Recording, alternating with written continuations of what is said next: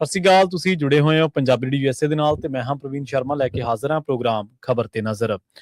ਖਬਰ ਤੇ ਨਜ਼ਰ ਪ੍ਰੋਗਰਾਮ ਦੇ ਵਿੱਚ ਕੀ ਅਹਿਮ ਤੇ ਕੀ ਖਾਸ ਖਬਰਾਂ ਨੂੰ ਲੈ ਕੇ ਚਰਚਾ ਕਰਨ ਦੇ ਲਈ ਜੁੜ ਚੁੱਕੇ ਨੇ ਪੰਜਾਬ ਤੋਂ ਸੀਨੀਅਰ ਪੱਤਰਕਾਰ, ਲੇਖਕ ਅਤੇ ਸਰਗਰਮ ਸਮਾਜਿਕ ਕਾਰਕੁਨ ਦੀਪਕ ਸ਼ਰਮਾ ਚਨਾਰਥਲ ਜੀ।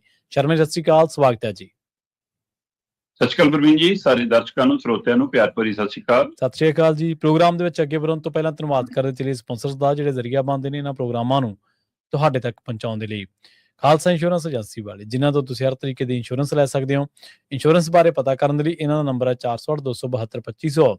ਇਹ 1992 ਤੋਂ ਲਗਾਤਾਰ ਇੰਸ਼ੋਰੈਂਸ ਬਿਜ਼ਨਸ ਦੇ ਵਿੱਚ ਸ਼ਾਨਦਾਰ ਸੇਵਾਵਾਂ ਦੇ ਰਹੇ ਨੇ ਤੇ ਅਮਰੀਕਾ ਭਰ ਦੇ ਵਿੱਚ ਇੰਸ਼ੋਰੈਂਸ ਕਰਦੇ ਨੇ। ਓਬਾਮਾ ਕੇਅਰ, ਮੈਡੀਕੇਅਰ ਜਾਂ ਫਿਰ ਕਵਰਡ ਕੈਲੀਫੋਰਨੀਆ ਬਾਬਤ ਪਾਲਿਸੀ ਕਰਵਾਉਣ ਦੇ ਲਈ, ਸਲਾਹ ਲੈਣ ਦੇ ਲਈ ਅੱਜ ਹੀ ਕਾਲ ਕਰੋ 408-272-2500 ਤੇ। ਟਰਕੀਅਨ ਇਮੀਗ੍ਰੇਸ਼ਨ ਲਾ ਫਰਮ ਵਾਲੇ, ਜੇ ਟਰਕੀਆਨਾ, ਟੌਨੀ ਟਰਕੀਆਨਾ ਦੇ ਨਾਲ ਤੁਸੀਂ US ਇਮੀਗ੍ਰੇਸ਼ਨ ਬਾਬਤ ਕੋਈ ਵੀ ਸਲਾਹ ਕਰਨੀ ਹੈ, ਕੋਈ ਵੀ ਸਵਾਲ ਪੁੱਛਣਾ ਤੇ ਇਹਨਾਂ ਦਾ ਨੰਬਰ ਹੈ 415-909-0503। Gurdeep Singh Birdi Clovis, Mandeep Singh, Sandeep Kaur San Jose, Onkar Singh Fresno, Gurnam Singh Antelope, Jarnail Singh Seattle, Mandeep Dhillon Yuba City, Lali Singh Grewal Fremont ਤੇ ਪਰਮਜੀਤ ਸਿੰਘ ਦਾਖਾ ਬਰਕਲੇ। ਇਹਨਾਂ ਸਾਰੇ ਹੀ ਸਪਾਂਸਰਸ ਦਾ ਬਹੁਤ ਬਹੁਤ ਧੰਨਵਾਦ। ਤੇ ਜੇਕਰ ਤੁਸੀਂ ਵੀ ਪੰਜਾਬੀ ਰੇਡੀਓ USA ਦੇ ਇਹਨਾਂ ਪ੍ਰੋਗਰਾਮਾਂ ਨੂੰ ਸਪਾਂਸਰ ਕਰਨਾ ਚਾਹੁੰਦੇ ਹੋ ਤਾਂ ਸਟੂਡੀਓ ਦਾ ਨੰਬਰ ਹੈ 408-272-5500। ਅੱਜ ਦਾ ਖਬਰ ਤੇ ਨਜ਼ਰ ਪ੍ਰੋਗਰਾਮ ਸਾਲ 2026 ਦੀ 13 ਜਨਵਰੀ ਦਾ ਪ੍ਰੋਗਰਾਮ ਹੈ ਤੇ ਦਿਨ ਅੱਜ ਮੰਗਲਵਾਰ ਹੈ। ਖਬਰਾਂ ਦੀ ਸ਼ੁਰੂਆਤ ਕਰੀਏ ਸ਼ਰਮਾ ਜੀ ਤੇ ਗੱਲ ਕਰੀਏ ਆਪਾਂ SIT ਦੀ। ਕਹਿੰਦੇ SIT ਦੀਆਂ ਸਰਗਰਮੀਆਂ ਖਾਸੀਆਂ ਵਧੀਆਂ ਹੋਈਆਂ ਨੇ ਸਰੂਪ ਭਾਲਣ ਡੇਰਿਆਂ ਦੇ ਵਿੱਚ ਤੇ ਇਹਦੇ ਨਾਲ ਨਾਲ ਰਿਕਾਰਡ ਭਾਲਣ ਦੇ ਲਈ SGPC ਦੇ ਦਫ਼ਤਰ ਪਹੁੰਚ ਗਈ ਜੀ SIT। ਪ੍ਰਵੀਨ ਜੀ, 328 ਲਾਪਤਾ ਪਾਵਨ ਸਰੂਪਾਂ ਦੇ ਮਾਮਲੇ ਦੇ ਵਿੱਚ ਜੀ ਪੰਜਾਬ ਸਰਕਾਰ ਨੇ ਜਦੋਂ ਅੱਗੇ ਵਧਣ ਦਾ ਫੈਸਲਾ ਕੀਤਾ ਤੇ ਤਦ ਆਪਾਂ ਇਹ ਲਗਾਤਾਰ ਇਹ ਸਵਾਲ ਤੇ ਆਉਂਦੇ ਰਹੇ ਕਿ ਵੀ ਪੰਜਾਬ ਸਰਕਾਰ ਕੀ ਇਹਦੇ ਵਿੱਚੋਂ ਰਾਜਨੀਤੀ ਭਾਲਦੀ ਹੈ, ਜੀ ਜੀ, ਕਿ ਸੱਚਮੁੱਚ ਉਹਦੀ ਸੁਹਿਰਦ ਹੈ, ਕਿ ਉਹ ਸੱਚਮੁੱਚ ਗੁਰੂ ਨੂੰ ਸਮਰਪਿਤ ਹੈ। ਜੇ ਸਮਰਪਣਪਣਾ ਸਹੀ, ਸੱਚਾ ਤੇ ਅਦਬ ਵਾਲਾ ਹੋਵੇ ਤਾਂ ਉਹ ਪੈਰਲਲ ਬੇਅਦਬੀਆਂ ਵਾਲੇ ਮਾਮਲਿਆਂ ਨੂੰ ਵੀ ਉਸੇ ਪਿੱਚ ਤੇ ਲੈ ਕੇ ਆਵੇ, ਉਸੇ ਮੁਕਾਮ ਤੇ ਉਹਨਾਂ ਦੀ ਵਿਚਾਰਜੋਈ ਕਰੇ। ਉਧਰੋਂ ਪਿੱਠ ਕਰਕੇ ਖਲੋਣਾ ਤੇ ਇੱਧਰ ਅਗਾਂਹ ਵੱਧ ਕੇ ਦਿਖਾਉਣਾ, ਇਹਦਾ ਮਤਲਬ ਤੁਸੀਂ ਕੱਲੀਆਂ ਭਾਵਨਾਵਾਂ ਨਾਲ ਖੇਡਣ ਦੀ ਕੋਸ਼ਿਸ਼ ਵੀ ਕਰ ਰਹੇ ਹੋ। ਸਹੀ। ਤੇ ਦੂਸਰੀ ਧਿਰ ਵੀ ਇਹਦੇ ਵਿੱਚੋਂ ਰਾਜਨੀਤਿਕ ਭਾਲ ਰਹੀ ਆ ਕਿ ਕਿਤੇ ਸਾਡਾ ਜ਼ਿਆਦਾ ਨੁਕਸਾਨ ਨਾ ਹੋ ਜਾਵੇ, ਬਚਾਅ ਹੋ ਜਾਵੇ, ਮੁੱਖ ਮੰਤਰੀ ਨੂੰ ਘੇਰ ਲਈਏ। ਇਸੇ ਲਈ ਤਲਬ ਕਰਨ ਵਾਲੀ ਪ੍ਰਕਿਰਿਆ ਵੀ ਉਹ ਵੀ ਬਦਲਾਖੋਰੀ ਚੋਂ ਦਿਖਦੀ ਹੈ। ਪਰ ਜਦੋਂ FIR ਹੋ ਗਈ, FIR ਤੋਂ ਬਾਅਦ ਸਿੱਟ ਬਣ ਗਈ, ਸਿੱਟ ਤੋਂ ਬਾਅਦ 2 ਗ੍ਰਿਫਤਾਰੀਆਂ ਹੋ ਗਈਆਂ, 2 ਗ੍ਰਿਫਤਾਰੀਆਂ ਤੋਂ ਬਾਅਦ ਇੱਕ ਆਡੀਓ ਆ ਗਈ ਜੀ ਤੇ ਉਹਦੇ ਵਿੱਚ ਲੱਗਿਆ ਕਿ ਹੁਣ SGPC ਕਰ ਗਈ। ਸਹੀ। ਤੇ ਉਸ ਘੇਰੇ ਦਾ ਦਾਇਰਾ ਸੁਖਬੀਰ ਬਾਦਲ ਤੱਕ ਜਾਣਾ ਹੀ ਜਾਣਾ, ਜਿਹਦਾ ਜ਼ਿਕਰ ਆਪਾਂ ਪਹਿਲਾਂ ਕਰਦੇ ਆਏ। ਉਸ ਦਾਇਰੇ ਚੋਂ ਸੁਖਬੀਰ ਨੂੰ ਬਾਹਰ ਕਰਨ ਲਈ ਕੀ SGPC ਨਾਲ ਇਹ ਸਮਝੌਤਾ ਹੋ ਗਿਆ ਸਰਕਾਰ ਦਾ ਕਿ ਲਓ ਅਸੀਂ ਤੁਹਾਨੂੰ ਇਹ ਰਿਕਾਰਡ ਉਪਲਬਧ ਕਰਾ ਦਿੰਨੇ ਆ, ਤੁਸੀਂ ਆਪਣੀ ਕਾਰਵਾਈ ਕਰਦੇ ਰਹੋ, ਕਿ ਉਸ ਤਰੀਕੇ ਨਾਲ ਅੱਗੇ ਵਧਣ ਦੀ ਪਹਿਲ ਕਦਮੀ ਹੋਈ ਆ?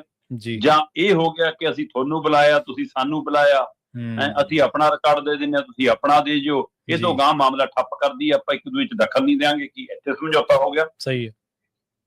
ਕੀ ਜਥੇਦਾਰ ਸਾਹਿਬਾਨ SGPC ਤੇ ਬਾਦਲ ਤੇ ਹੁਣ ਨਵੀਂ ਕੋਈ ਉਹਦੇ ਵਿੱਚ ਨੇ? ਜੋ ਵੀ ਹੋਵੇ ਇਹ ਤਾਂ ਆਉਂਦਾ ਸਮਾਂ ਤੈਅ ਕਰੂਗਾ। ਪਰ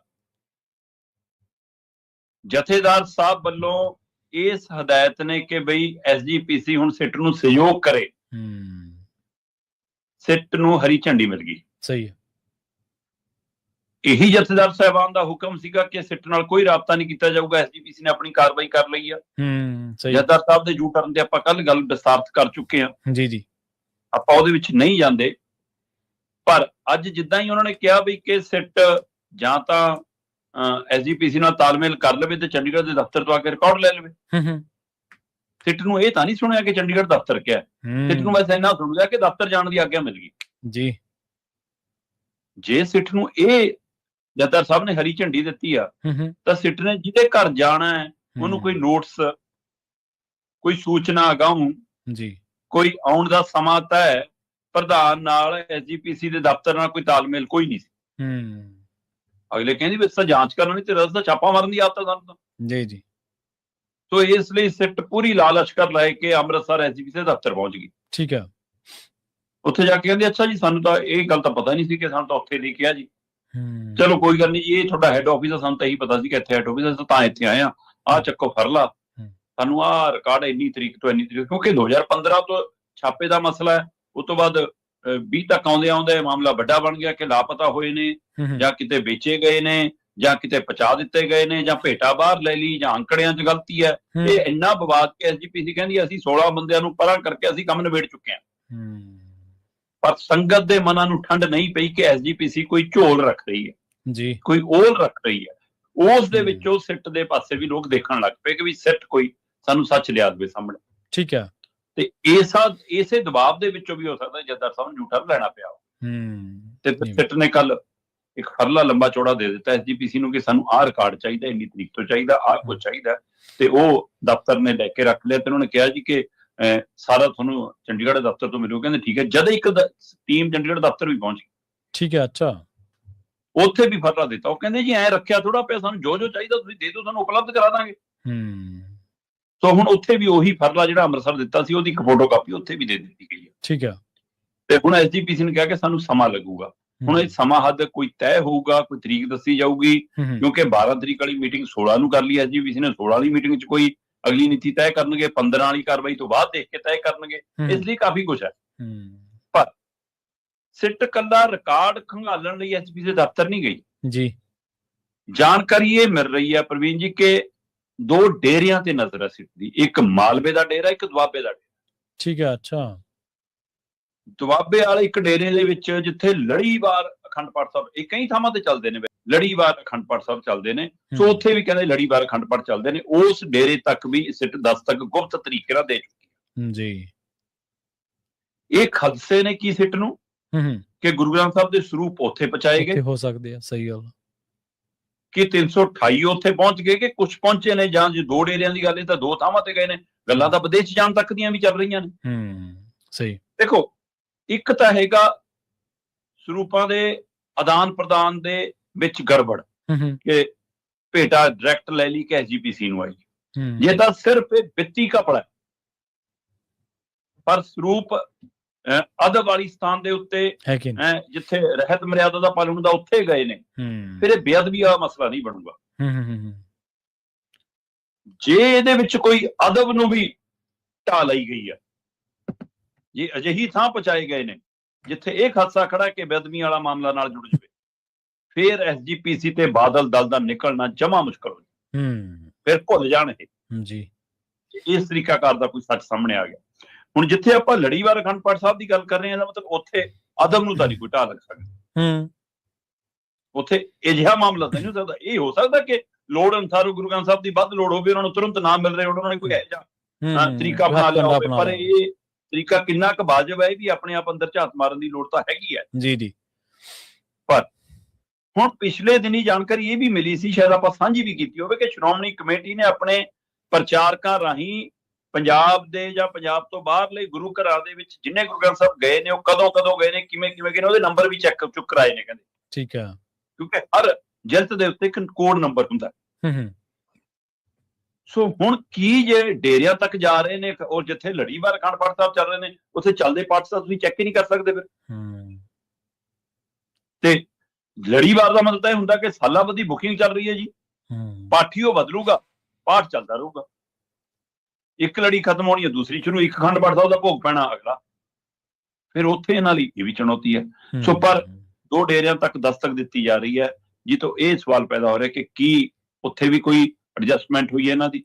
ਸੋ ਹੁਣ SGPC ਤੋਂ ਲੈ ਕੇ ਬਾਦਲ ਦਲ ਜਿਵੇਂ ਘਿਰਦਾ ਨਜ਼ਰ ਆ ਰਿਹਾ, ਉਹਦੇ ਵਿੱਚੋਂ ਕਿਹੜੀ ਧਿਰ ਇਹਦਾ ਰਾਜਨੀਤਿਕ ਫਾਇਦਾ ਚੁੱਕਦੀ ਹੈ, ਜਾਂ ਕਿਹੜੀ ਧਿਰ ਸੱਚਮੁੱਚ ਸੰਗਤ ਨੂੰ ਸਿਰ ਧੋ ਕੇ ਦਾ ਜਵਾਬ ਦਿੰਦੀ ਹੈ, ਇਹਦਾ ਇੰਤਜ਼ਾਰ ਜੀ। ਬਿਲਕੁਲ। ਤੇ ਅਗਲੀ ਗੱਲ ਕਰੀਏ ਇਸੇ ਤਰ੍ਹਾਂ ਦੇ ਕਿਸੇ ਤਰ੍ਹਾਂ ਦੇ ਨਾਲ ਜੁੜੇ ਇੱਕ ਹੋਰ ਮਾਮਲੇ ਦੀ। ਮੁੱਖ ਮੰਤਰੀ ਦੀ ਪੇਸ਼ੀ ਹੈ ਜੀ, ਤੇ ਉਸ ਨੂੰ ਲੈ ਕੇ ਜਿਹੜਾ ਸਮਾਂ ਹੈ, ਉਹ ਸਮੇਂ ਨੂੰ ਲੈ ਕੇ ਘਮਸਾਣ ਪੈ ਗਿਆ ਜੀ ਕਹਿੰਦੇ। ਹੁਣ ਦੇਖੋ, ਜਦੋਂ ਮੁੱਖ ਮੰਤਰੀ ਨੂੰ ਤਲਬ ਕਰਨ ਦੀ ਵਾਰੀ ਆਈ ਤਦ ਹੀ ਮਤਲਬ ਕਿ ਸਵਾਲ ਖੜਾ ਹੋ ਗਿਆ ਸੀ ਕਿ ਕੀ ਬੁਲਾਉਣਾ ਸਹੀ ਹੈ ਕਿ ਨਹੀਂ। ਪਹਿਲਾਂ ਤਾਂ ਇੱਥੋਂ ਹੀ ਸਵਾਲ ਸੀ ਜੀ। ਵੈਸੇ ਇਹਦੀ ਚਰਚਾ ਤਾਂ ਉਸ ਸਮੇਂ ਵੱਡੇ ਪੱਧਰ ਤੇ ਤੁਰ ਪਈ ਸੀ ਜਦੋਂ ਮੁੱਖ ਮੰਤਰੀ ਨੇ ਇੱਕ ਪ੍ਰੋਗਰਾਮ ਤੇ ਕਹਿਤਾ ਸੀ ਮੈਨੂੰ ਸਕੱਤਰ ਸੱਦ ਲਓ। ਇਹਦਾ ਮਤਲਬ ਕਨਸੂਆਂ ਪਹਿਲਾਂ ਹੀ ਸੀਗੀਆਂ ਕਿ ਹਾਂ ਇਹ ਹੋਣਾ ਹੈ। ਤੇ ਜਦੋਂ ਸੱਦ ਲਿਆ ਤੇ ਮੁੱਖ ਮੰਤਰੀ ਨੇ ਹਰ ਸਟੇਜ ਤੋਂ ਇਹਨੂੰ ਆਪਣੇ ਹੱਕ 'ਚ ਭੁਗਤਾਉਣ ਦੀ ਕੋਸ਼ਿਸ਼ ਕੀਤੀ ਕਿ ਲਓ ਜੀ ਮੈਂ ਤਾਂ ਨਿਮਾਣਾ ਹੋ ਕੇ ਚੱਲਿਆ, ਮੈਂ ਤਾਂ ਸਾਰੇ ਕੰਮ ਕਰ ਛੱਡਤੇ, ਮੈਂ ਤਾਂ ਰਾਸ਼ਟਰਪਤੀ ਦਾ ਪ੍ਰੋਗਰਾਮ ਵੀ ਛੱਡਤਾ ਇਹਦੇ ਲਈ। ਜੀ ਮਤਲਬ ਉਹ ਸਿੱਖ ਸੰਗਤ ਦੇ ਮਨਾਂ 'ਚ ਇਹ ਥਾਮਣਾ ਚਾਹੁੰਦਾ ਸੀ ਕਿ ਮੈਂ ਵੱਡਾ ਸ਼ਰਧਾਲੂ ਹਾਂ। ਠੀਕ ਹੈ ਵੀ ਅਗਲਾ ਸਾਰਾ ਕੁਝ ਛੱਡ ਕੇ ਜਾ ਰਿਹਾ ਤਾਂ ਅਗਲਾ ਇਸ ਨੂੰ ਪ੍ਰਚਾਰੂਗਾ, ਅਗਲਾ ਰਾਜਨੀਤਿਕ ਲੀਡਰ ਵੀ ਹੈ, ਉਸਨੇ ਇਹਦਾ ਰਾਜਨੀਤੀਕਰਨ ਕਰਨਾ, ਕਿਉਂਕਿ ਬੁਲਾਉਣ ਵਾਲਿਆਂ ਨੇ ਤਾਂ ਇਹਦੇ ਵਿੱਚ ਰਾਜਨੀਤੀ ਹੋਆ ਨਾ। ਸਭ ਨੂੰ ਪਤਾ ਜਦੋਂ ਕਿ ਜਿੱਦਾਂ ਮੁੱਖ ਮੰਤਰੀ ਲਗਾਤਾਰ ਬੋਲ ਰਿਹਾ ਸੀ ਤੇ ਕਿਹਾ ਜਾ ਰਿਹਾ ਕਿ ਉਹ ਬੁਲਾਇਆ ਨਹੀਂ ਜਾ ਸਕਦਾ, ਇੰਜ ਜਿਹਦੇ ਕੇਸ ਕੱਟੇ ਨੇ, ਇਹਦਾ ਮਤਲਬ ਕੁਝ ਵੀ ਬੋਲੀ ਜਾਵੇ, ਫਿਰ ਤਾਂ ਇਹ ਵੀ ਸਵਾਲ ਹੈ। ਸਹੀ ਹੈ, ਫਿਰ ਇਹ ਕਿਹਨੇ ਅਧਿਕਾਰ ਦਿੱਤਾ ਉਹਨੂੰ ਕਿਦਾਂ ਤਰੀਕੇ ਨਾਲ? ਸੋ ਇਹ ਸਾਰਿਆਂ ਦੇ ਵਿੱਚੋਂ ਇੱਕ ਮੌਕਾ ਦਸਤੂਰ ਇੰਜ ਦਾ ਬਣ ਗਿਆ ਕਿ ਮੁੱਖ ਮੰਤਰੀ ਨੂੰ ਕਹਿੰਦੇ ਜੀ ਅਕਾਲ ਤਖਤ ਸਾਹਿਬ ਤੇ ਤਾਂ ਨਹੀਂ ਸੱਦ ਸਕਦੇ ਪਰ ਸਕੱਤਰੇ ਸੱਦ ਲੈਂਦੇ ਆ। ਉਹ ਸਕੱਤਰੇ ਜਦੋਂ ਸੱਦਿਆ ਤਾਂ 15 ਤਰੀਕ ਤੈਅ ਹੋ ਗਈ ਕਿ 15 ਤਰੀਕ ਨੂੰ ਸਵੇਰੇ 10-10:30 ਵਜੇ ਮੁੱਖ ਮੰਤਰੀ ਸਾਹਿਬ ਸ਼੍ਰੀ ਅਕਾਲ ਤਖਤ ਸਾਹਿਬ ਪੇਸ਼ ਹੋਣਗੇ। ਤੇ ਮੁੱਖ ਮੰਤਰੀ ਸਾਹਿਬ ਨੇ ਸੋਸ਼ਲ ਮੀਡੀਆ ਰਾਹੀਂ ਟਵੀਟ ਰਾਹੀਂ ਕਹਿਤਾ ਜੀ ਕਿ ਮੈਂ ਤਾਂ ਨੰਗੇ ਪੈਰੀ ਜਾਊਂਗਾ ਜੀ, ਮੈਂ ਹਾਜ਼ਰ ਹਾਂ ਜੀ। ਫਿਰ ਉਹ ਤੋਂ ਬਾਅਦ ਉਹਨੇ ਰਾਜਨੀਤਿਕ ਸਟੇਜਾਂ ਤੇ ਉਹਨੂੰ ਪ੍ਰਚਾਰਿਆ ਤੇ ਇਸ ਗੱਲ ਨੂੰ ਜਥੇਦਾਰ ਸਾਹਿਬ ਨੇ ਬਾਚਿਆ ਕਿ ਵੀ ਮੁੱਖ ਮੰਤਰੀ ਦਾ ਰਾਸ਼ਟਰਪਤੀ ਸਮਾਗਮ 'ਚ ਜਾਣਾ ਜ਼ਰੂਰੀ ਹੈ ਕਿ ਜੇ ਮੁੱਖ ਮੰਤਰੀ ਪੰਜਾਬ ਦਾ ਉੱਥੇ ਹੋਊਗਾ ਤਾਂ ਹੀ ਕੋਈ ਗੱਲ ਕਰੂਗਾ, ਅਗਲਾ ਰਾਜਨੀਤਿਕ ਤੌਰ ਦੇ ਉੱਤੇ ਉਹਦੀ ਮੌਜੂਦਗੀ ਬਣਦੀ ਹੈ। ਇਸ ਲਈ ਕੱਲ ਨੂੰ ਇਹ ਬਹਾਨਾ ਨਾ ਰਹਿ ਜਾਵੇ ਸਾਡੇ ਕਰਕੇ ਰਹਿ ਗਿਆ, ਲੋ ਆਪਾਂ ਸਮਾਂ ਬਦਲਦੇ ਨੇ ਜੀ। ਕਹਿੰਦੇ ਆਪਾਂ ਪਹਿਲਾਂ ਹੀ ਲੰਘੇ ਕੱਲ ਹੀ ਦੱਸਿਆ ਸੀ ਕਿ ਬਦਲਿਆ ਜਾਣਾ ਹੀ ਜਾਣਾ। ਸੋ ਜਥੇਦਾਰ ਸਾਹਿਬ ਨੇ ਕਹਿੰਦੇ ਗੁਰੂ ਨਾਨਕ ਦੇਵ ਯੂਨੀਵਰਸਿਟੀ ਅੰਮ੍ਰਿਤਸਰ ਦੇ ਵਾਈਸ ਚਾਂਸਲਰ ਨਾਲ ਰਾਬਤਾ ਕੀਤਾ, ਉਹਨਾਂ ਦਾ ਸ਼ਡਿਊਲ ਮੰਗਾਇਆ ਤੇ ਸ਼ਡਿਊਲ ਦੇ ਵਿੱਚ ਜਦੋਂ ਜਾਣਕਾਰੀ ਮਿਲ ਗਈ ਕਿ 12-12:30 ਤੋਂ ਲੈ ਕੇ 2:30 ਵਜੇ ਤੱਕ ਦਾ ਸਮਾਗਮ ਹੈ ਰਾਸ਼ਟਰਪਤੀ ਦਾ, ਅਗਲੇ ਕਹਿੰਦੇ ਜਦ ਚੱਲ ਚਾਹ ਪਾਣੀ ਪ੍ਰਸ਼ਾਦਾ ਪਾਣੀ ਛਕਦੇ ਆ, ਘੰਟਾ ਖੰਡ ਹੋਰ ਲੱਗ ਜੂ ਕਿ 3:30 ਵਜੇ ਵਿੱਚ ਪਹਿਲੇ ਹੋਏ, ਆਪਾਂ 4:30 ਸੱਦ ਲਓ ਜੀ। ਤੇ ਮੁੱਖ ਮੰਤਰੀ ਸਾਹਿਬ ਨੂੰ ਕਹਿੰਦੇ ਹੁਕਮ ਚਾੜਤਾ ਕਿ ਸ਼ਾਮ ਨੂੰ 4:30 ਆ ਜਾਓ। ਤੇ ਹੁਣ ਸੋਸ਼ਲ ਮੀਡੀਆ ਤੇ ਇਸ ਗੱਲ ਦੀ ਬਹਿਸ ਤੁਰ ਪਈ ਕਿਉਂਕਿ ਮੁੱਖ ਮੰਤਰੀ ਸਾਹਿਬ ਨੇ ਜਦੋਂ ਟਵੀਟ ਕਰਤਾ ਕਿ ਮੈਂ ਤਾਂ ਸਵੇਰ ਵਾਲੇ ਟਾਈਮ ਲਈ ਜਾਣ ਲਈ ਤਿਆਰ ਹੈ ਜੀ, ਸ਼ਾਮ ਨੂੰ ਨਹੀਂ ਮੈਂ ਠੀਕ ਹੁਣ ਸਮਝਦਾ ਕਿ ਜਦੋਂ ਤੁਸੀਂ ਸਵੇਰੇ ਸੱਦਿਆ ਮੈਨੂੰ ਮੈਂ ਸਵੇਰੇ ਹਾਜ਼ਰ ਹੋਊਂਗਾ, ਮੈਂ ਤਾਂ ਦਿਨ ਵਿਹਲਾ ਰੱਖਿਆ, ਮੈਂ ਤਾਂ ਰਾਸ਼ਟਰਪਤੀ ਭਵਨ ਨੂੰ ਵੀ ਸੂਚਿਤ ਕਰਤਾ ਕਿ ਮੈਂ ਨਹੀਂ ਉਦਣ ਆ ਸਕਦਾ ਜੀ, ਹੁਣ ਥੋੜਾ ਮੈਂ ਬਦਲੂਗੀ, ਮੈਂ ਤਾਂ ਸਵੇਰੇ ਆ ਜਾਊਂਗਾ। ਲੋਕਾਂ ਨੇ ਸੋਸ਼ਲ ਮੀਡੀਆ ਤੇ ਛੇੜਦੇ ਕਿ ਮੁੱਖ ਮੰਤਰੀ ਸ਼ਾਮ ਨੂੰ ਜਾਣ ਦੀ ਸਥਿਤੀ 'ਚ ਨਹੀਂ ਗਾ, ਜਿੰਨੇ ਮੂੰਹ ਉਨੀਆਂ ਗੱਲਾਂ ਫਿਰ ਹੋਣ ਲੱਗ ਜਾਂਦੀਆਂ। ਸਹੀ ਗੱਲ। ਹੁਣ ਸਵਾਲ ਇਹ ਹੈ ਕਿ ਜਥੇਦਾਰ ਸਾਹਿਬ ਕਹਿੰਦੇ ਆ ਕਿ ਸ਼ਾਮ ਨੂੰ ਆ ਜਾਓ ਤੁਸੀਂ ਰਾਸ਼ਟਰਪਤੀ ਦਾ ਸਮਾਗਮ ਅਟੈਂਡ ਕਰੋ, ਮੁੱਖ ਮੰਤਰੀ ਕਹਿੰਦਾ ਮੈਂ ਤਾਂ ਵਿਹਲਾ ਜੀ। ਇਹ ਤਾਂ ਪਹਿਲਾਂ ਹੀ ਪਤਾ ਕਿ ਹਰਾ ਪੈਨ ਕੋਈ ਹੋਰ ਚਲਾਉਂਦਾ ਹੁੰਦਾ, ਪ੍ਰਚਾਰ ਲਈ ਰੱਖਿਆ ਵਿਹਲੇ ਹੀ ਹੋ ਹੈ। ਤੇ ਪਰ ਮੁੱਖ ਮੰਤਰੀ ਸਾਹਿਬ ਕਹਿੰਦੇ ਮੈਂ ਸਵੇਰੇ ਆਊਂਗਾ। ਹੁਣ ਸਵਾਲ ਇੱਕ ਹੋਰ ਨਵਾਂ ਪੈਦਾ, ਜਦੋਂ ਜਥੇਦਾਰ ਸਾਹਿਬ ਨੇ ਮੁੱਖ ਮੰਤਰੀ ਨੂੰ ਤਲਬ ਕੀਤਾ, ਉਹਨਾਂ ਨੇ ਟਵੀਟ ਕੀਤਾ, ਉਹਨਾਂ ਨੇ ਸੋਸ਼ਲ ਮੀਡੀਆ ਤੇ ਅਨਾਉਂਸ ਕੀਤਾ, ਇੱਕ ਦਫ਼ਤਰੀ ਰਿਕਾਰਡ ਤਹਿਤ ਇੱਕ ਚਿੱਠੀ ਜਾਂਦੀ ਹੈ ਨੰਬਰ ਲੱਗ ਕੇ, ਉਹ ਚਿੱਠੀ ਸੀਐਮ ਹਾਊਸ ਨੂੰ ਗਈ ਜੀ। ਜਦੋਂ ਸਮਾਂ ਤਬਦੀਲ ਕੀਤਾ ਉਹਦੀ ਸੂਚਨਾ ਲਿਖਤ ਰੂਪ ਦੇ ਵਿੱਚ ਸੀਐਮ ਹਾਊਸ ਨੂੰ ਗਈ। ਮੁੱਖ ਮੰਤਰੀ ਸਾਹਿਬ ਆਪ ਇਹ ਕਹਿੰਦੇ ਨੇ ਕਿ ਮੈਂ ਤਾਂ ਸਵੇਰੇ ਆਊਂਗਾ, ਮੈਂ ਤਾਂ ਨੰਗੇ ਪੈਰੀ ਆਊਂਗਾ। ਜਦੋਂ ਤੁਹਾਨੂੰ ਤਲਬ ਕੀਤਾ ਗਿਆ ਤੁਸੀਂ ਹਾਂ ਦੀ ਸੂਚਨਾ ਭੇਜਣੀ ਸੀ ਕਿ ਹਾਂ ਜੀ ਮੈਂ ਹਾਜ਼ਰ ਹੋਊਂਗਾ, ਸਹੀ ਹੈ, ਤੁਸੀਂ ਨਹੀਂ ਭੇਜੀ। ਜਦੋਂ ਤੁਹਾਡਾ ਸਮਾਂ ਬਦਲਿਆ ਤੁਸੀਂ 10 ਵਜੇ ਜਾਣ ਨੂੰ ਤਿਆਰ ਹੋ, ਤੁਸੀਂ ਸੂਚਿਤ ਕਰੋ ਕਿ ਮੈਂ ਪਹਿਲੇ ਸਮੇਂ ਤੇ ਆਉਣ ਲਈ ਵੀ ਤਿਆਰ ਹਾਂ ਜੀ, ਮੈਨੂੰ ਕੋਈ ਦਿੱਕਤ ਨਹੀਂ। ਤੁਸੀਂ ਸੋਸ਼ਲ ਮੀਡੀਆ ਟਵੀਟ ਮੀਡੀਆ ਰਾਹੀਂ ਕਿਉਂ ਜਾ ਰਹੇ ਹੋ? ਮੁੱਖ ਮੰਤਰੀ ਹੋ, ਮੈਂਬਰ ਪਾਰਲੀਮੈਂਟ ਰਹੇ ਹੋ, ਮੰਤਰੀਆਂ ਤੋਂ ਜਦੋਂ ਦਿੱਲੀ ਟਾਈਮ ਲੈਂਦੇ ਹੋਣੇ ਤੁਹਾਨੂੰ ਪਤਾ ਹੋਣਾ ਕਿ ਸਮਾਂ ਕਿਵੇਂ ਲਿਆ ਜਾਂਦਾ, ਕਿਵੇਂ ਦੱਸਿਆ ਜਾਂਦਾ, ਆਪਣੀ ਸੂਚਨਾ ਕਿਵੇਂ ਦਿੱਤੀ ਜਾਂਦੀ ਹੈ, ਚਿੱਠੀ ਦਾ ਆਦਾਨ ਪ੍ਰਦਾਨ ਇਹ ਵੀ ਨਹੀਂ ਆਉਂਦਾ।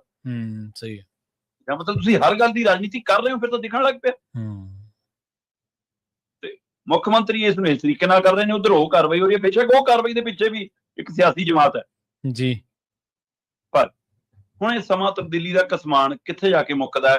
ਕੀ ਮੁੱਖ ਮੰਤਰੀ 10 ਵਜੇ ਜਾ ਕੇ ਸ਼੍ਰੀ ਅਕਾਲ ਤਖਤ ਸਾਹਿਬ ਦੀ ਦੇਹਲੀ ਤੇ ਬੈਠ ਜਾਣਗੇ ਤੇ ਉਹਨਾਂ ਨੂੰ ਸੱਦਾ ਸ਼ਾਮ ਨੂੰ 4 ਵਜੇ ਆਊਗਾ, 4:30 ਆਊਗਾ ਜੀ, ਜਾਂ ਉਹ 4 ਵਜੇ ਜਾਣਗੇ, ਜਾਂ ਉਹ ਰਾਬਤਾ ਕਰਨਗੇ, ਉਹਨਾਂ ਦਾ ਕੋਈ ਨੁਮਾਇੰਦਾ ਰਾਬਤਾ ਕਰੂਗਾ, ਜੋ ਵੀ ਹੋਵੇ। ਅੱਜ ਦਾ ਹੀ ਦਿਨ ਹੈ ਜੀ, ਅੱਜ ਸਾਰਾ ਦਿਨ ਮਾਘੀ ਮੇਲੇ ਤੇ ਝੂਠ ਸੱਚ ਚ ਲੰਘ ਜਾਣਾ ਰਾਜਨੀਤਿਕ ਲੀਡਰਾਂ ਦਾ, ਹੈ ਨਾ। ਤੇ ਕੱਲ ਨੂੰ ਸਵੇਰੇ ਤਲ ਵਾਲੀ ਤਰੀਕ ਹੈ। ਸੋ ਜਿੱਥੇ ਸਮੇਂ ਨੂੰ ਲੈ ਕੇ ਕਸਮਾਨ ਹੈ, ਉੱਥੇ ਅੰਦਰ ਕੀ ਹੋਏਗਾ ਸਭ ਨੂੰ ਇਹਦੇ ਉੱਤੇ ਵੀ ਨਜ਼ਰਸਾਨੀ ਕਰਕੇ ਰੱਖਣੀ ਪਏਗੀ ਜੀ। ਬਿਲਕੁਲ। ਨਾਲੇ ਸ਼ਰਮਾ ਜੀ ਦੇਖੋ ਇਹ ਤਾਂ ਗੱਲ ਆਪਾਂ ਨੂੰ ਮੰਨਣੀ ਪਊਗੀ ਨਾ ਵੀ ਜਿਹੜਾ ਬੰਦਾ ਤੁਹਾਨੂੰ ਤਲਬ ਕਰਦਾ, ਤੁਹਾਨੂੰ ਸਾਦਾ, ਸਮਾਂ ਤਾਂ ਫਿਰ ਉਹਦਾ ਹੀ ਹੁੰਦਾ ਨਾ ਜਿਸ ਹਿਸਾਬ ਦੇ ਨਾਲ ਉਹਦਾ ਆਪਦਾ ਸਕੈਜੂਲ ਤੈਅ ਕੀਤਾ ਹੋਇਆ ਜਾਂ ਆਪਦਾ ਜਿਹੜਾ ਸਮਾਂ ਹੱਦ ਤੈਅ ਕੀਤੀ ਹੋਈ ਹੈ। ਜਿਹੜਾ ਜਾਣ ਵਾਲਾ ਉਹ ਬੰਦਾ ਥੋੜ੍ਹਾ ਕਹਿੰਦਾ, ਅਦਾਲਤ ਆਪਾਂ ਨੂੰ ਥੋੜ੍ਹਾ ਕਹਿੰਦੀ ਕਿ ਮੈਨੂੰ ਤਾਂ ਪਹਿਲੀ ਪੇਸ਼ੀ ਆਵਾਜ਼ ਮਾਰ ਲਿਓ ਬਈ ਮੈਂ ਤਾਂ ਇਸ ਵੇਲੇ ਹੋਊਂਗਾ, ਜਾਂ ਕੋਈ ਇਨਵੈਸਟੀਗੇਸ਼ਨ ਵਾਲਾ ਆਫੀਸਰ ਹੁੰਦਾ ਜਿਹਦੇ ਕੋਲ ਆਪਾਂ ਜਾਣਾ ਹੁੰਦਾ ਤੇ ਉਹ ਆਪਾਂ ਨੂੰ ਥੋੜ੍ਹਾ ਦੱਸਦਾ, ਆਪਾਂ ਉਹਨੂੰ ਥੋੜ੍ਹਾ ਦੱਸਦੇ ਕਿ ਇਸ ਟਾਈਮ ਆ ਸਕਦੇ ਆ।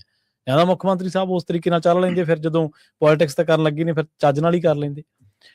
ਅਗਲੀ ਗੱਲ ਕਰੀਏ ਬਿਕਰਮ ਮਜੀਠੀਆ ਦੀ। ਜੇਲ੍ਹ ਦੇ ਵਿੱਚ ਕਹਿੰਦੇ ਬਿਕਰਮ ਮਜੀਠੀਆ ਦੀ ਜਾਨ ਨੂੰ ਖਤਰਾ ਕਿਹਦੇ ਤੋਂ ਹੈ ਜੀ?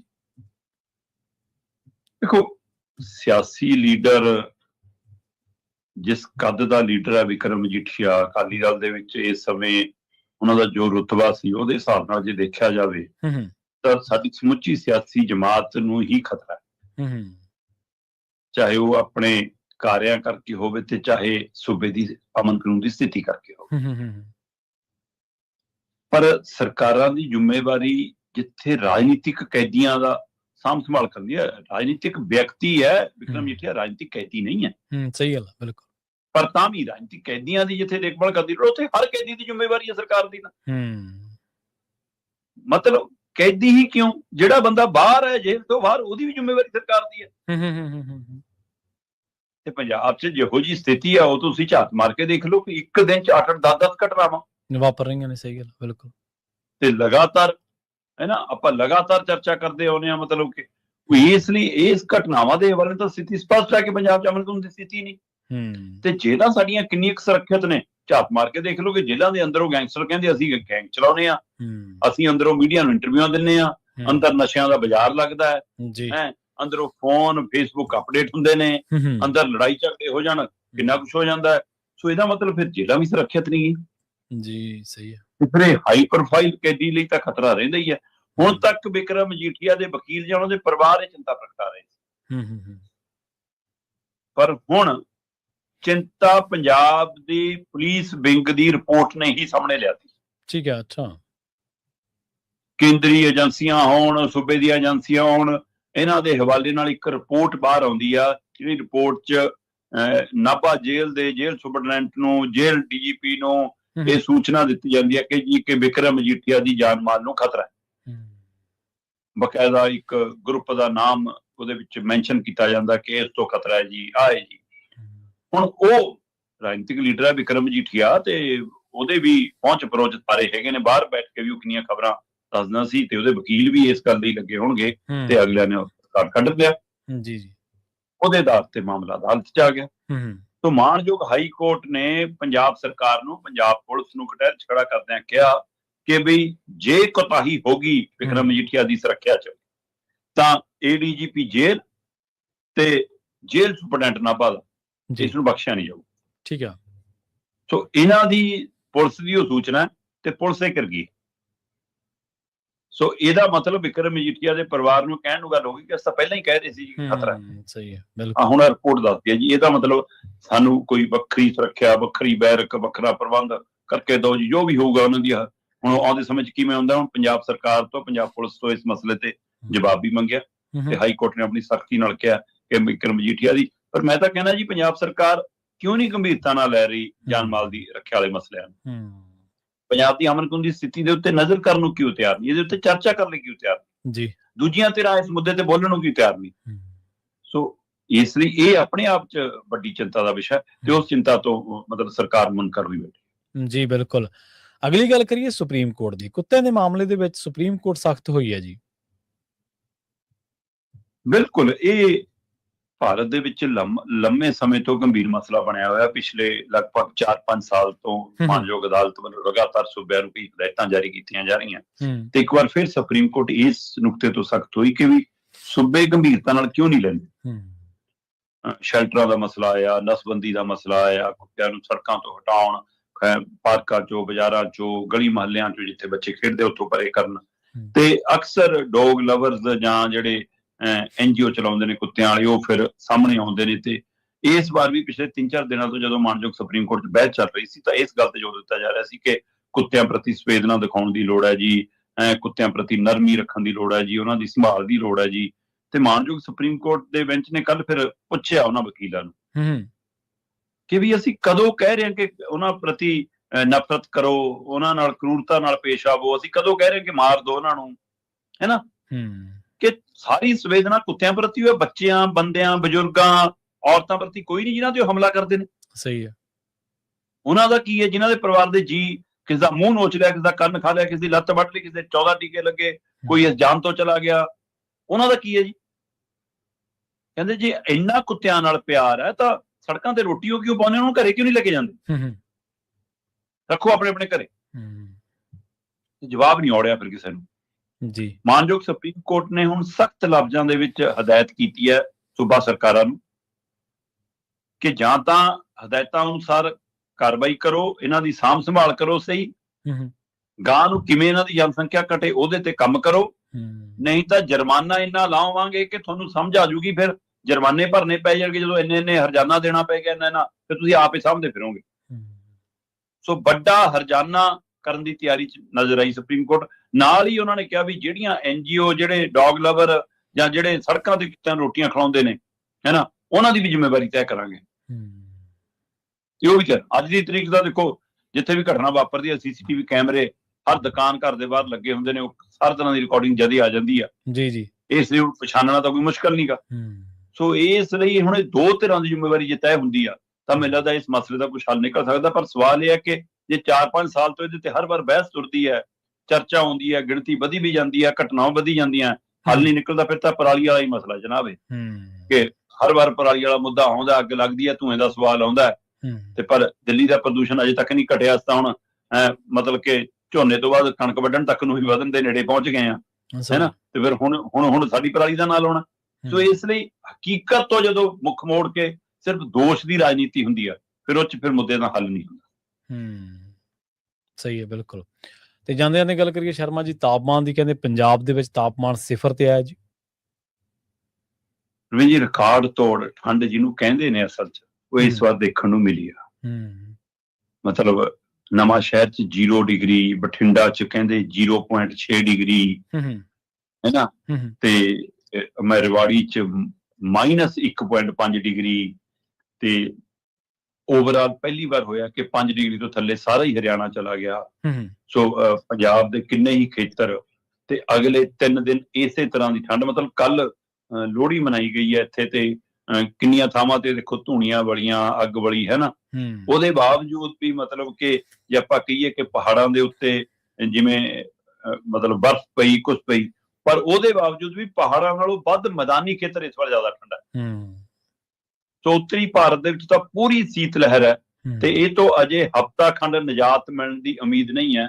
ਅਗਲੇ 3 ਦਿਨ ਤਾਂ ਇਸੇ ਤਰ੍ਹਾਂ ਮਤਲਬ 0 ਡਿਗਰੀ ਤੱਕ ਤਾਪਮਾਨ ਆਉਣਾ, ਮੇਰਾ ਖਿਆਲ ਮੇਰੇ ਧਿਆਨ ਚ ਤਾਂ ਜੇ ਹੈਗਾ ਪੰਜਾਬ ਸ਼ਾਇਦ ਪਹਿਲੀ ਵਾਰ ਹੈ। ਹੋ ਸਕਦਾ ਕਿ ਇਹ ਤੋਂ ਪਹਿਲਾਂ ਵੀ ਕਦੇ ਇੰਜ ਹੋਇਆ ਹੋਵੇ, ਪਰ ਜਿੰਨਾ ਕਿ ਮੇਰੇ ਜ਼ਿਹਨ ਚ ਆ ਰਿਹਾ ਕਿ ਜਿਵੇਂ ਬਠਿੰਡਾ, ਨਵਾਂ ਸ਼ਹਿਰ ਹੈ ਨਾ, ਇਹ ਆਦਮਪੁਰ ਵਾਲੇ ਖੇਤਰ, ਅੰਮ੍ਰਿਤਸਰ ਵਾਲੇ ਖੇਤਰ, ਇਹ ਪਹਿਲਾਂ ਵੀ ਬਹੁਤ ਠੰਡੇ ਰਹੇ ਨੇ, ਪਰ ਇਸ ਕਦਰ ਤੱਕ ਆਉਣਾ ਇਹ ਮੇਰੇ ਲਈ ਹੈਰਾਨੀ ਵੀ ਹੈ, ਤੇ ਮਤਲਬ ਠੰਡ ਹੈਗੀ ਵੀ ਬਹੁਤ ਹੈ ਜੀ, ਇਹ ਚ ਕੋਈ ਦੋ ਗੱਲ ਜੀ। ਬਿਲਕੁਲ, ਦੇਖੋ ਇਹ ਜਿਹੜੀ ਠੰਡ ਹੁੰਦੀ ਹੈ ਸ਼ਰਮਾ ਜੀ, ਕਈ ਵਾਰੀ ਜਿਹੜੀਆਂ ਕਣਕ ਦੀ ਫਸਲ ਉਹਦੇ ਲਈ ਤਾਂ ਲਾਹੇਵੰਦ ਆ, ਪਰ ਜਿਹੜੇ ਫਲਾਂ ਸਬਜ਼ੀਆਂ ਦੀ ਕਾਸ਼ਤ ਕਰਦੇ ਆ ਉਹਨਾਂ ਲਈ ਥੋੜੀ ਜਿਹੀ ਮਾਰੂ ਸਾਬਤ ਹੋ ਜਾਂਦੀ ਆ। ਬਾਕੀ ਜਿਵੇਂ ਆਪਾਂ ਹਰ ਵਾਰੀ ਗੱਲ ਕਰਦੇ ਹੁੰਦੇ ਨੇ, ਜਿਹੜੇ ਹਰ ਰੋਜ਼ ਦੇ ਦਿਹਾੜੀਦਾਰ ਭਰਾ ਨੇ, ਸਾਡੇ ਕਿਰਤੀ ਭਰਾ ਨੇ, ਉਹਨਾਂ ਲਈ ਔਖਾ ਹੁੰਦਾ। ਬਿਲਕੁਲ, ਉਹਨਾਂ ਲਈ ਬਹੁਤ ਔਖਾ ਹੁੰਦਾ। ਇੱਕ ਤਾਂ ਵੈਸੀ ਠੰਡ ਜ਼ਿਆਦਾ ਲੱਗਦੀ ਹੈ ਜਦੋਂ ਹੱਡ ਭੁੱਖੇ ਰਹਿੰਦੇ ਜਿਹੜੇ ਮਿਹਨਤ ਕਰਦੇ ਆ, ਤੇ ਇੱਕ ਜੇ ਕੰਮ ਰੁਕ ਜੇ ਫਿਰ ਤੁਹਾਨੂੰ ਪਤਾ ਔਖਾ ਹੋ ਜਾਂਦਾ। ਤੇ ਸ਼ਰਮਾ ਜੀ, ਇਹਨਾਂ ਖਾਸ ਖਬਰਾਂ ਤੇ ਖਾਸ ਜਾਣਕਾਰੀਆਂ ਦੇ ਲਈ ਤੁਹਾਡਾ ਬਹੁਤ ਬਹੁਤ ਧੰਨਵਾਦ ਜੀ। ਸਤਿ ਸ਼੍ਰੀ ਅਕਾਲ ਜੀ। ਪ੍ਰੋਗਰਾਮ ਖਬਰ ਤੇ ਨਜ਼ਰ ਨੂੰ ਆਪਾਂ ਇੱਥੇ ਸਮਾਪਤ ਕਰਾਂਗੇ। ਆਪਣੇ ਨਾਲ ਪ੍ਰੋਗਰਾਮ ਖਬਰ ਤੇ ਨਜ਼ਰ ਦੇ ਤਹਿਤ ਜੁੜੇ ਸਨ ਦੀਪਕ ਸ਼ਰਮਾ ਜੀ ਚਨਾਰਥਲ, ਜਿਹੜੇ ਕਿ ਪੰਜਾਬ ਦੇ ਸੀਨੀਅਰ ਪੱਤਰਕਾਰ ਨੇ, ਉੱਘੇ ਲੇਖਕ ਨੇ ਤੇ ਸਰਗਰਮ ਸਮਾਜਿਕ ਕਾਰਕੁਨ ਨੇ। ਉਹਨਾਂ ਦੇ ਨਾਲ ਆਪਾਂ ਕੀ ਅਹਿਮ ਖਬਰਾਂ ਨੂੰ ਲੈ ਕੇ ਚਰਚਾ ਕੀਤੀ ਹੈ। ਉਮੀਦ ਕਰਦੇ ਹਾਂ ਕਿ ਤੁਹਾਨੂੰ ਇਹ ਪ੍ਰੋਗਰਾਮ ਜ਼ਰੂਰ ਪਸੰਦ ਆਇਆ ਹੋਵੇਗਾ।